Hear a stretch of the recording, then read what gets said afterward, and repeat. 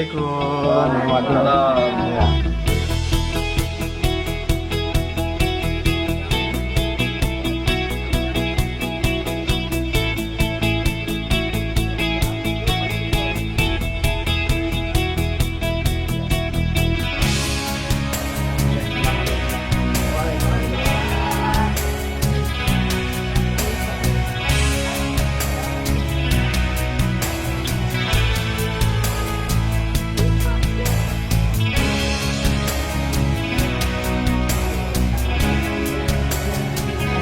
Assalamualaikum Pak Kepala Sekolah. Waalaikumsalam, Pak. Bagaimana keadaan Pak? Sehat? Alhamdulillah. Tadi sudah upacara di sini Pak ya? Iya, alhamdulillah tadi. Kehadiran guru-guru selama ini bagaimana Pak? Alhamdulillah untuk kehadiran guru-guru Oh, iya. hampir semuanya rajin, Pak. Ada beberapa yang guru yang tidak hadir tapi berhalangan karena mengajar di tempat lain. Oh iya Pak. Ya. Kalau siswa? Alhamdulillah. Oh iya. Ya. Baik Pak Kepala Sekolah, kedatangan kami di sini ini ingin mendapatkan gambaran tentang pelaksanaan program kerja sekolah dan rencana kerja anggaran sekolah di tahun 2024 ini. Kami selaku pengawas ingin mengetahui langsung dari Kepala Sekolah tentang kegiatan yang saya sebutkan tadi. Jadi kami harapkan juga mungkin Kepala Sekolah bisa menyampaikan kira-kira apa tujuan dari program kerja sekolah dan penyusunan RKS tersebut. Tentang tujuan RKS ini adalah bagaimana kami dari saya sebagai kepala sekolah mempunyai landasan dalam hal mengambil kebijakan-kebijakan dan keputusan dalam 1 tahun periode ini, baik dari sisi program kerja maupun dari sisi penganggaran. Tentunya kami agak dipermudah ketika misalnya sudah memiliki rencana dalam program itu. Kalau boleh saya tahu Pak, ini ketika Bapak menyusun program kerja dan anggaran satuan pendidikan itu sumbernya di mana Pak ya? Untuk anggaran penyusunan program kerja ini kami mendapatkan beberapa sumber Pak. Jadi salah satu sumber yang menjadi rujukan kami dan rujukan beberapa sekolah yang lain adalah di rapor mutu. Oh, rapor mutu Pak. Ya. Di rapor mutu yang kami peroleh di tahun 2024 ini, kami benahi, kami refleksi, identifikasi dulu apa-apa yang menjadi masalah di situ, kemudian modifikasi dan kepada teman-teman apa sebetulnya penyebabnya. Kemudian pada saat setelah melakukan proses identifikasi dari rapor mutu, kita melakukan kegiatan refleksi. Jadi refleksi apa sebetulnya yang harus pihak sekolah atau kita semua di sekolah ini yang untuk kita lakukan, dan setelah 2 identifikasi kemudian refleksi ini selesai, maka kita masuk pada kegiatan selanjutnya benahi. Nah, dari benahi inilah kami turunkan menjadi sebuah program kerja dan kami anggarkan sesuai dengan juknis ya dana bos. Jadi apa yang menjadi masalahnya yang bisa kita identifikasi dan benahi ini, kemudian kami lihat di juknis di mana sebetulnya bisa masuk masalah ini supaya rapor mutu sekolah kami di kedepannya ini bisa mengalami peningkatan. Ya seperti itu Pak.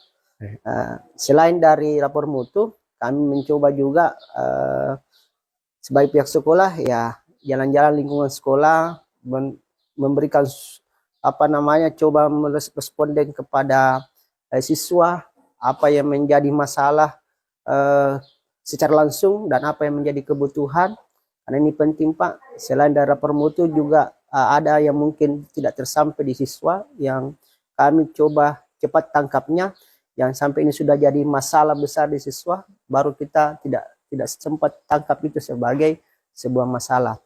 Yang ketiga juga kami coba menyinkronkan dengan teman-teman guru Pak. Teman-teman guru apa yang menjadi kebutuhan yang mendasar di dalam proses belajar mengajar. Tak penting karena kami sekolah di swasta Pak, di yayasan, bagaimana kami berkoordinasi dan berkonsultasi dengan para pengurus yayasan. Alhamdulillah dari pengurus yayasan Al-Manar memberikan sumbangsi kontribusi positif dalam perkembangan sekolah. Jadi semua aspek ini yang coba kita jadikan acuan untuk menyusun program kerja. Jadi ketua yayasan sangat mendukung program sekolah ini Pak ya? Iya, sangat-sangat Pak. Jadi bahkan beliau hampir setiap saat selalu mempertanyakan bagaimana perkembangan sekolah dan apa yang bisa kami bantu untuk perkembangan sekolah. Seperti itu Pak. Tadi saya tertarik ketika Bapak pada nggak salah awal-awal tahun 2024 ini sekolah semua mendapatkan rapor mutu Pak ya. Setelah Bapak atau sekolah melihat dan membaca rapor mutu, siapa-siapa yang dilibatkan untuk membahas tentang rapor mutu tersebut? Iya, jadi pasca kita menerima rapor mutu, kami minta dari tim yang tangani untuk rapor mutu untuk di download dan di print dan kemudian kami panggil guru, kemudian ada beberapa dari pengurus tokoh masyarakat, komite sekolah. Ini kami sampaikan beginilah kondisi rapor mutu yang ada, sehingga butuh masukan selain dari guru, dari tokoh masyarakat, orang tua dalam hal ini kami juga melibatkan siswa Pak, karena penting siswa ini tahu sebetulnya apa yang menjadi kendala dan seperti apa ke depan yang harus kita benahi. Saya ingin memastikan Pak, apakah keterlibatan stakeholder dalam mempelajari ini rapor mutu Pak untuk menghasilkan RB yang benar. Ya, jadi dari pasca rapor mutu kami dapatkan, kami lakukan identifikasi. Jadi mengidentifikasi sebetulnya di mana masalahnya ini, di mana masalahnya. Setelah diidentifikasi masalah-masalah yang ada, ternyata masalahnya ada yang kompleks Pak, ada yang masalahnya mungkin ada pada persoalan pada saat pengisian sulinjar itu, ada juga identifikasi itu memang sarana prasarana. Ya, jadi dari aspek identifikasi, kemudian proses refleksi. Di refleksi ini kami sedikit agak lebih mudah Pak, karena dari misalnya Bapak sebagai pengawas pembina banyak memberikan bantuan, masukan, dan kami sangat terbantu ketika misalnya menghubungi Bapak lewat SMS dan direspon dengan positif. Itu sangat membantu kami di sekolah Pak. Tadi Kepala Sekolah kita kan sudah menyusun RKT, RKS, sudah melakukan identifikasi, refleksi dan benahi pada rapor mutu pendidikan tahun 2024. Nah, sekarang kan sudah guru-guru sudah menyampaikan semua apa kebutuhan atau proyeksi anggaran yang akan disiapkan oleh sekolah. Nah sekarang itu untuk mencapai itu apa yang dilakukan oleh kepala sekolah, misalnya apakah ada semacam workshop kah atau apa yang bisa menampung semua masukan dari guru-guru, tenaga pendidikan maupun siswa? Ya, jadi di rapor mutu yang kemarin memang agak banyak di persoalan bagaimana meningkatkan kompetensi pendidik. Jadi identifikasi itu kami melakukan kegiatan workshop ya, workshop pelatihan. Dalam workshop ini kami mencoba mendatangkan beberapa narasumber yang menurut kami ini sangat sesuai dengan menjadi kebutuhan dari guru. Misalnya persoalan memanfaatkan Merdeka Belajar ini. Oh, iya. Jadi kami mendatangkan narasumber dari teman-teman kabupaten yang berhimpun di Merdeka Belajar. Kemudian dari sisi kompetensi peningkatan kapasitas guru, kami mencoba kerjasama dengan Undipa, Universitas Dipa Negara di Makassar. Kebetulan sekolah ini ada mitra kerjasama, kami datangkan dari Makassar untuk peningkatan kapasitas peningkatan kapasitas yang berkaitan dengan kompetensi IT-nya anak-anak guru. Ya. Dan ada juga dari narasumber yang lain yang kami sampaikan. Wah, kalau begini saya lihat Pak bahwa narasumbernya ada juga dari dalam kabupaten, ada dari luar kabupaten, Pak, khususnya dari Undipa, Pak ya. Iya. Nah, saya rasa ini bahwa dengan melibatkan dari Undipa ini atau perguruan tinggi lain bisa menambah pengetahuan dan keterampilan dari guru dan tenaga pendidikan. Kalau selama ini Pak, kegiatan untuk meningkatkan mutu kompetensi guru ini, ada workshop tadi kan mengarah pada tadi bagaimana menyusun anggaran yang benar. Sekarang adakah yang kegiatan workshop ataukah kegiatan lain yang bisa meningkatkan kompetensi guru dan kompetensi tenaga pendidikan? Ya, jadi ini yang teman-teman kemarin lakukan mengenai pelatihan pembuatan web. Web ya. Ya, pembuatan web sekolah, kemudian pelatihan IT untuk guru-guru. Oh, iya. Jadi setelah pelatihan ini, alhamdulillah kemampuan guru dalam hal menerapkan IT semakin meningkat. Oh, iya. Jadi ya selain workshop, kemudian ada pelatihan,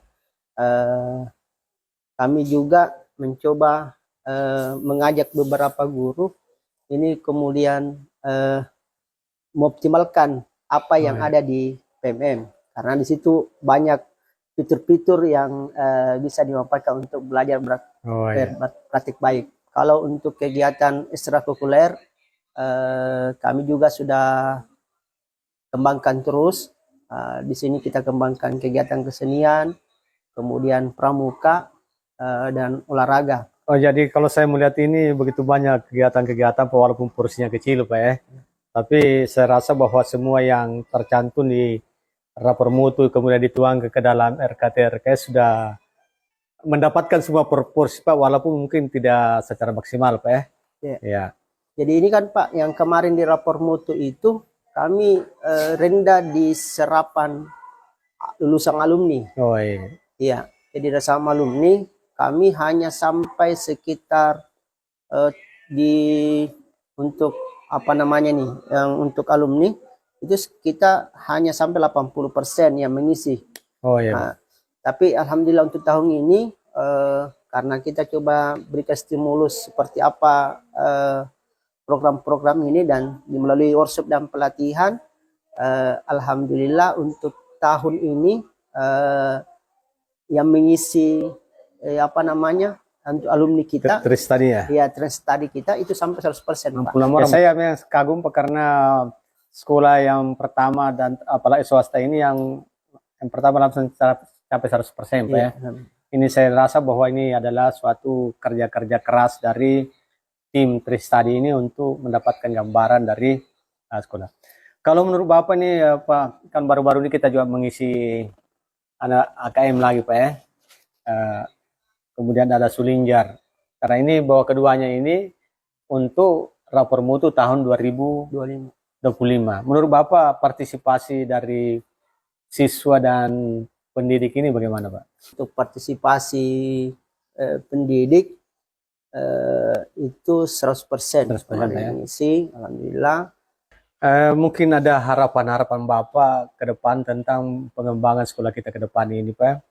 Bagaimana bisa lebih maju lagi, termasuk mungkin Pak ya ke depan ini bagaimana partisipasi siswa, termasuk juga dalam hal ini Pak, sejauh mana kontribusi pendidik di sekolah ini. Mungkin ada harapan-harapan yang bisa disampaikan Pak?